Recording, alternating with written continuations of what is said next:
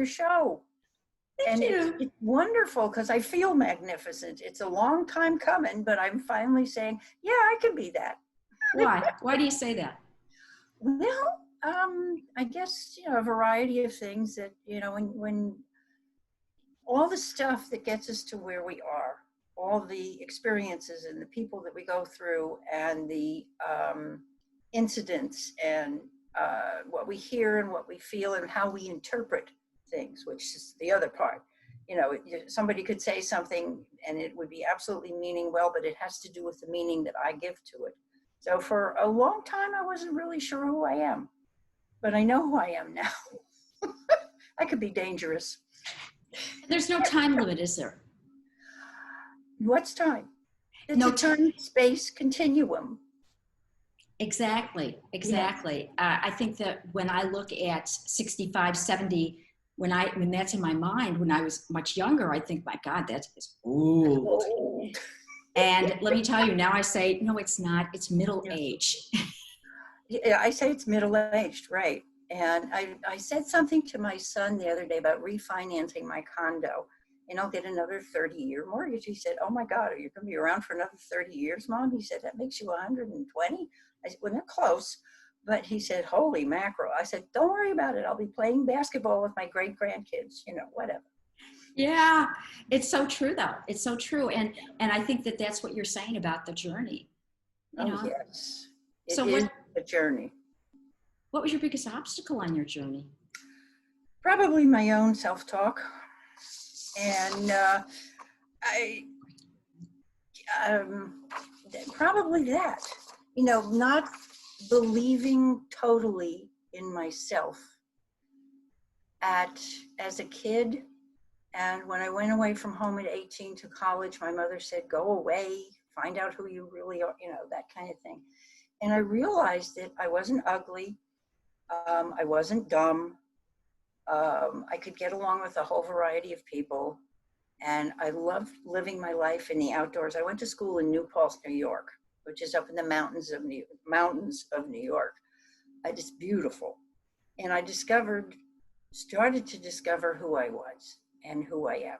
And that was probably, I think that a lot of times many of us hold ourselves back. That's the biggest hurdle that we have to get over, is believing in ourselves and believing with conviction in we're here for a reason, or we wouldn't be on this earth. And we have a purpose to accomplish. And it's finding that purpose that's been kind of fun. So your obstacle, am I understanding right, is finding what makes you tick, what your purpose is? More of, I guess that's a good way to put it. And it seems to me that it's more of finding the real me within and letting me out, kind of unleashing the crazy, fun, smart, compassionate, and goofy person that I am. And I'm all of those wrapped up in one. And I don't think that any of us is one-dimensional. And it's taken me a long time to realize that, to be okay with it. I think that was my biggest obstacle, to realizing that this journey is about finding out who I am and what I have to give to whoever, the world. That's my purpose here.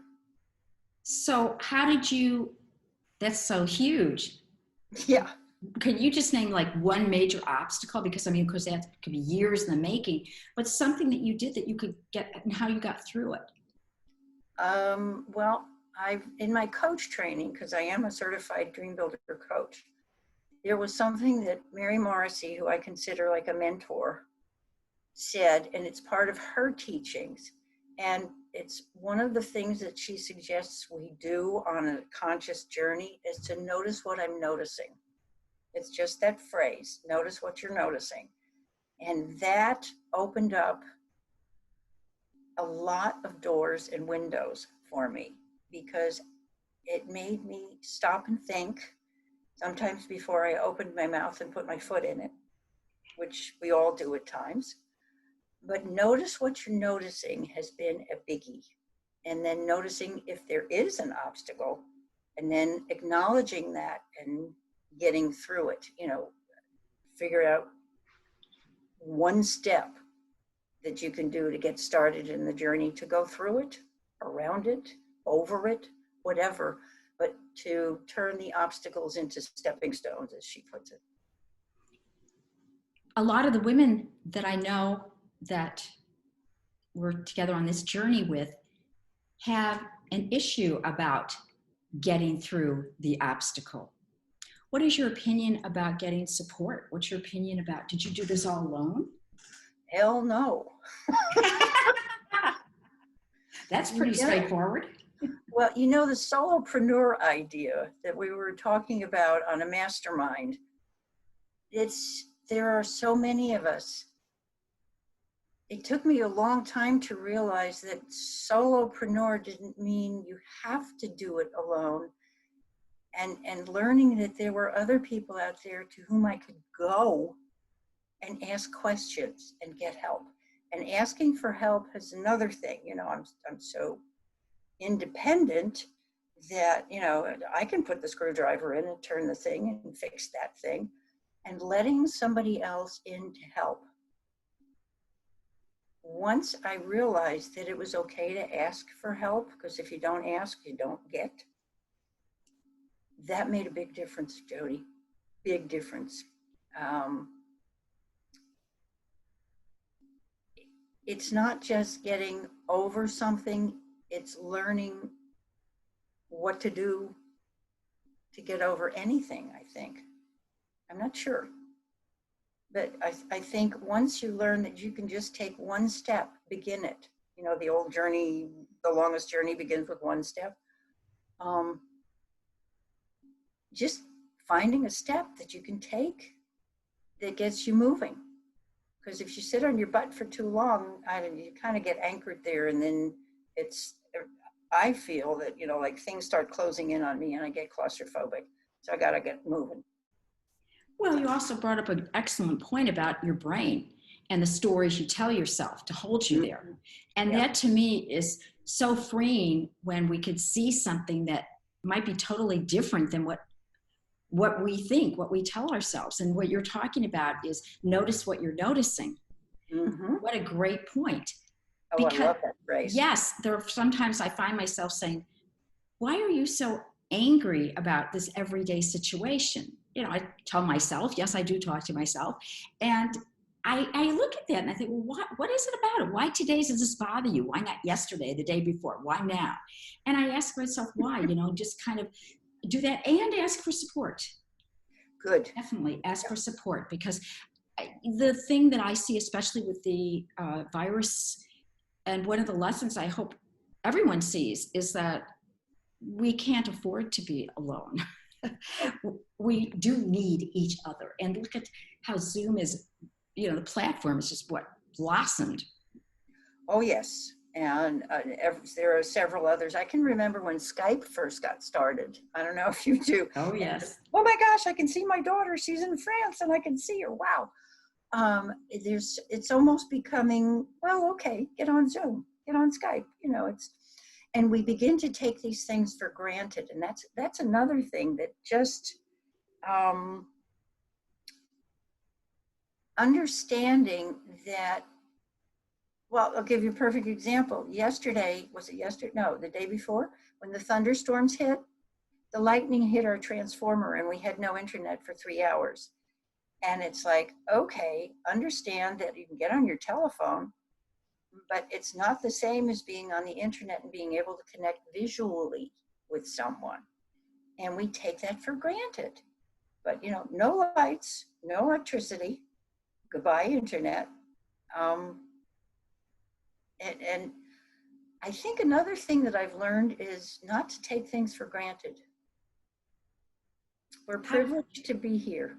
And how did you learn that lesson? What made it stick in your mind?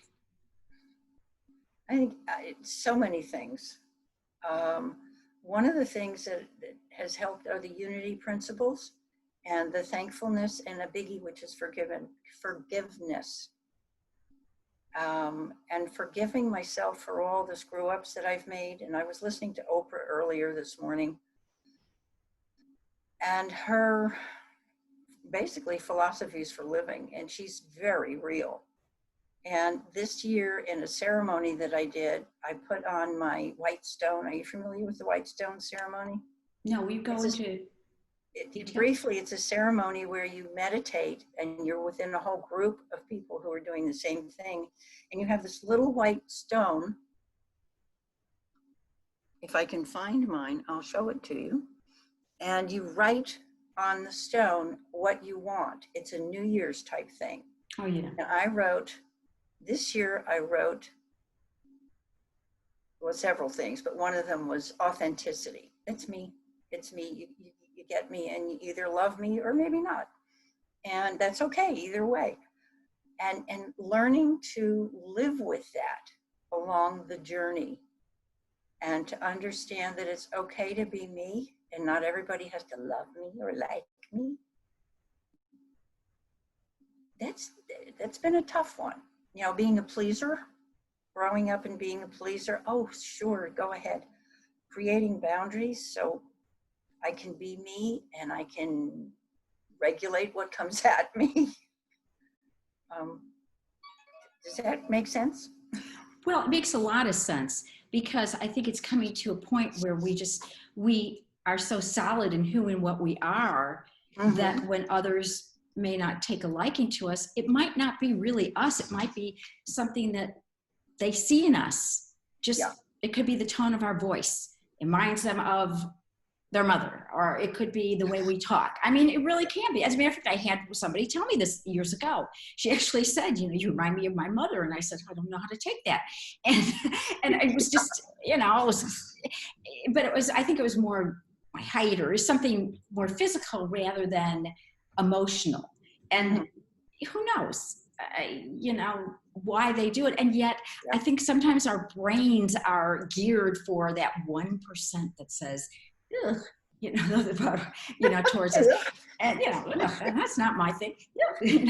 And yet there's so many other things. I've had to train my mind over the years to focus in on the 99% positive and the 1% negative. Maybe I can learn from it. Maybe it gets to be a little bit bigger.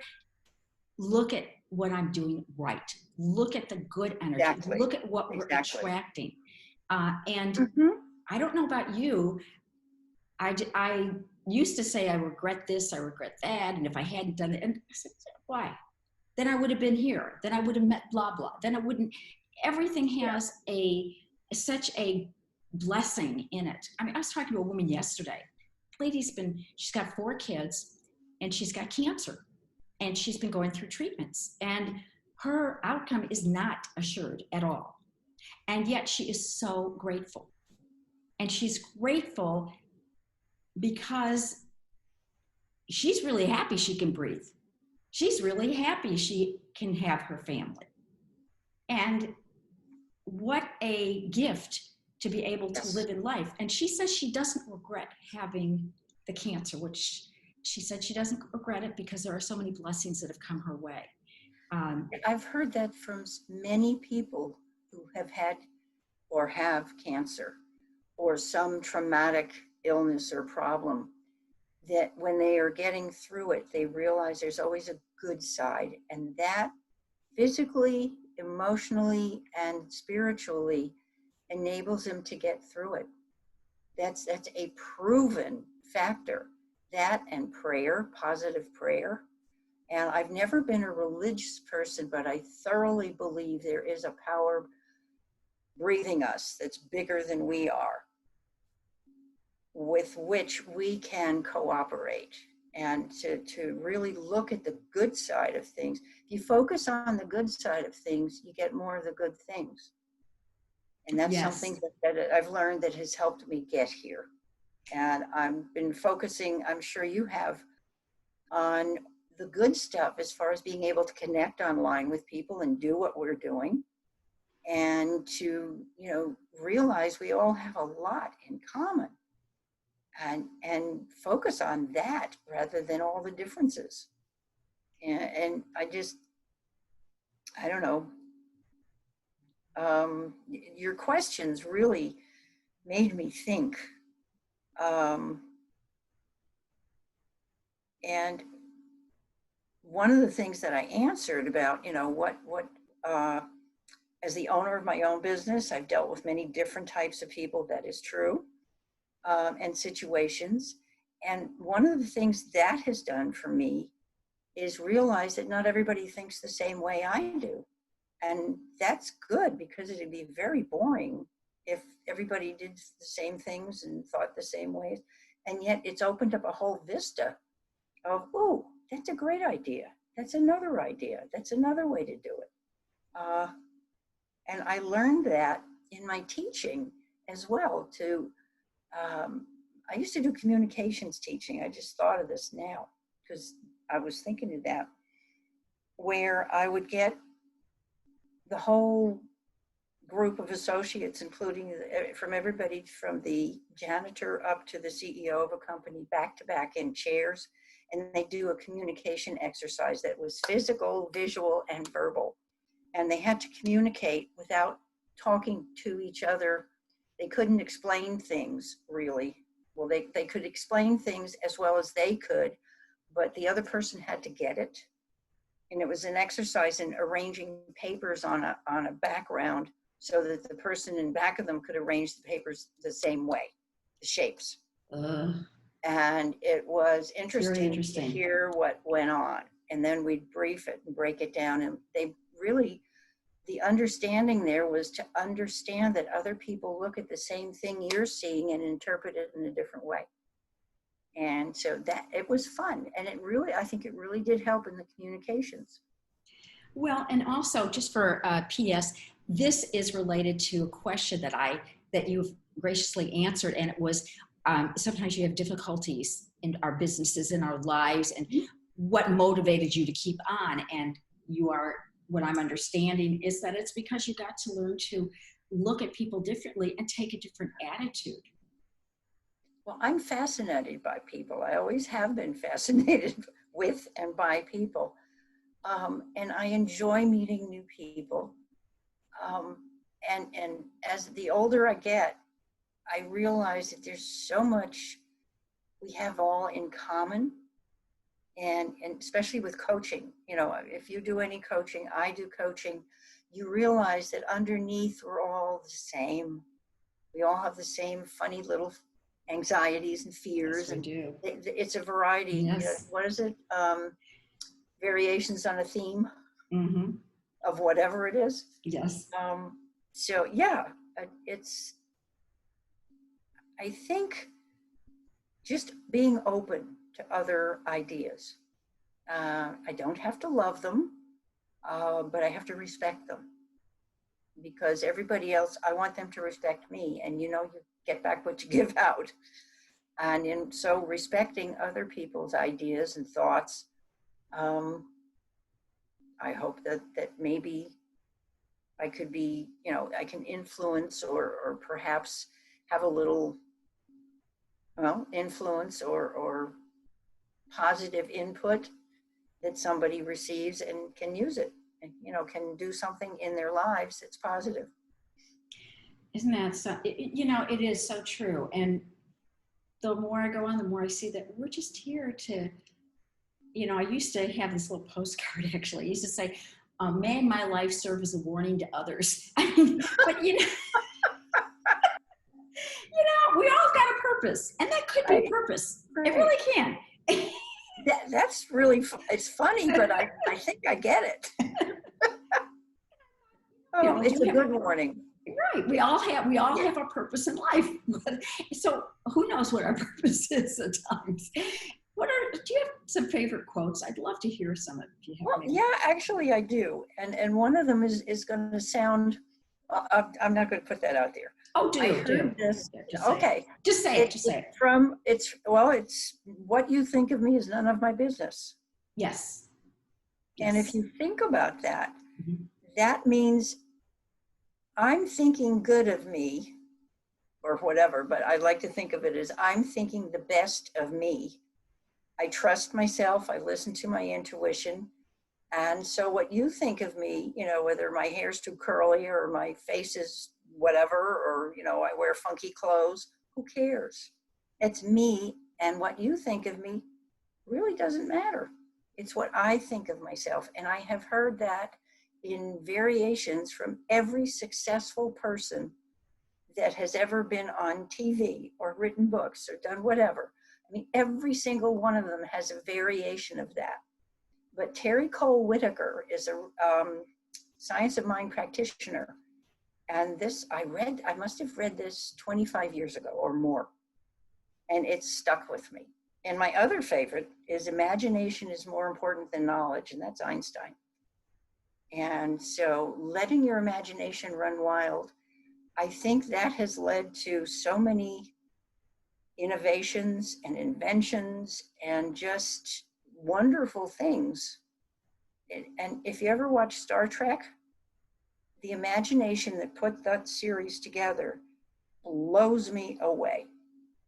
There is so much depth in some of the so-called goofy, funny-looking people and things that are on there, but there's always a lesson. There's always a imagination and the knowledge in there, and the compassion that actually comes from that show at times is amazing to me. And I never realized that when it first came out. I was very young. I was a kid, and I thought that it was kind of boring. And because I didn't like that. I sure didn't like Mr. Rogers because he didn't jump around enough. I thought the guy was the most boring guy in the world. And I know thought he was boring too, but I thought he was so boring. But now I look back on it 60 years later.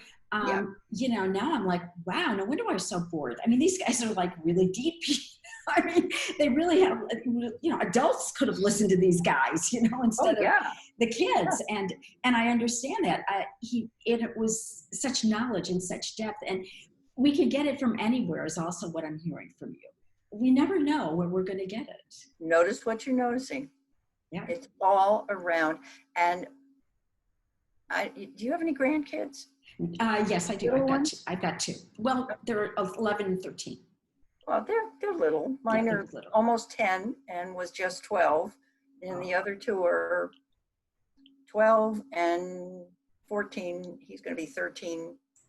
Well, anyway, that's the ages. But when the little guys were little, especially the ones that are here, the other ones are in France, the older ones, there are so many things that they just blurt that comes out of their mouths that is so honest. Yes. There's no filter. And there's such wisdom in those little ones, because I think they're closer to source, especially when they're little, and they start talking. And some of the things that come out of their mouths, they're just brilliant. And I don't think we give little ones, they're little people. I don't think we give them enough credit half the time. But anyway, those are my two favorite quotes. Imagination more than knowledge, more important. And what you think of me is none of my business. And I will go on anyway. Well, and you put yourself out there. Now, Ricki is a super duper chef, and she even has a show which I watch, okay? And I don't even like cooking. I mean, I'll watch it as long as it's something I can relate. And it's a great, great show because, like I say, it relates to me. And the thing is that I thought, well, that's really putting yourself out there, because you are putting yourself, because this is your heart. This is your food is nourishing. It's next to our heart. And how did you feel about putting yourself out there like that? Scary at first, but I truly believe in what I do. And anybody that, there's nothing anyone can say that will change my belief in the fact that food is what keeps us alive. Besides the fact that food keeps us alive, in the strictest physical sense, it also, for me, keeps me alive and believing that I know I can take care of myself. It's my way of feeding not just my body, but my soul. And food is, without it, eventually you'll die. You can drink water for a long time, which you should. About every 2 hours, take another drink of something liquid. But I truly, that's my way of giving to the world, of sharing my knowledge and sharing my feelings about food. and helping people not be afraid of food. There's so many things out there with gazillions of different diets, and it's really what works for you and what is in your lifestyle rather than a diet. And so food is my way of giving and talking, I guess, because I grew up and we fed a lot of people along the way of my growing up, either when I was a kid or especially when I was married for 20 something years. We did a lot of entertaining, and it was food. People talk around food. Everybody has to eat, and it brings us together, and it's universal. So some form of food is universal. Well, and also the preparing of it, because I saw that on the show. I mean, you have everything the way you, like I even asked you, remember I called in and I said, how are you cutting? I mean, she cuts like what do you call it? I mean, reminding me of just somebody that does the shows where they can play around with knives. I mean, like she's really good at it, like that. And I was like, I mean, because I would, I got lots of knife cuts and, by accident, and mother and me, and, Yep. And I mean, that's to me is something. And every part of it is concern. It's love. It really is. It's a little bit of, how you cut it, how you do that, how you prepare it, and how you look at it. And I just thought, isn't it wonderful that you show your love that way? Thank you. In a reasonable way, Well, there's one coming up tomorrow at 4:30 in the afternoon. We're going to be doing guilt-free desserts. And I'm making a banana chocolate banana pudding and a dairy-free, gluten-free frozen yogurt pie. It's yogurt. I'm going to use the silk yogurts that are either almond or coconut based. So we're going to make a pie dessert, and it's going to be fun. That should be very interesting, and you'll have to give us that information because we could always post that. And okay. The thing that I see is that we are all the same underneath. Our outsides might be very different, but inside we all long to connect, however that looks like. Even if somebody is lives in the middle of nowhere, which my sister happens to live in the middle of nowhere. And let me tell you, she has a need to connect. It's not like she just she doesn't isolate. She has her own way of connecting. We all do. Where is she? Nowheresville, northeastern Tennessee, way far. Okay. And before that, she lived, years ago, she lived on a boat for 12 years. And let me tell you, communicating with somebody in the middle of an ocean is a little difficult.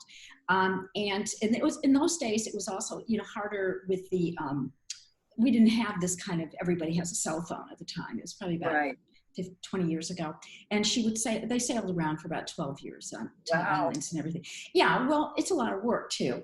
And I'll tell you that then, then it was a big deal because, 3-minute calls from Venezuela or something, you're like, okay, let me get into, talk. But just to have that connection was so important for both of us. Connection is exactly what you're saying. Yeah. Even outwardly, if it doesn't seem like the person has a lifestyle that seems like they're connecting, my view is that they're connecting. They have a need. We all have a need in some way, shape, or form. Mm-hmm. Well, thank you so much. We have been all over, but what the heck, this is just, here we are, Thank you, Jody. Yeah, thank you, Ricki. It really is a delight. Yeah, delight having you. You are really cool. Thank you for the opportunity, and thank you for being you. You're just so full of life and bubbly and wonderful to work with. Thank you. Thank you. And I hope I'll see you tomorrow afternoon. You will. You will. I love it, and I love the feedback from your participation. And thank you again. Have a blessed evening. You too, Ricki. God bless you. Sending you hugs and kisses. I love you. I love you. Yep. Bye.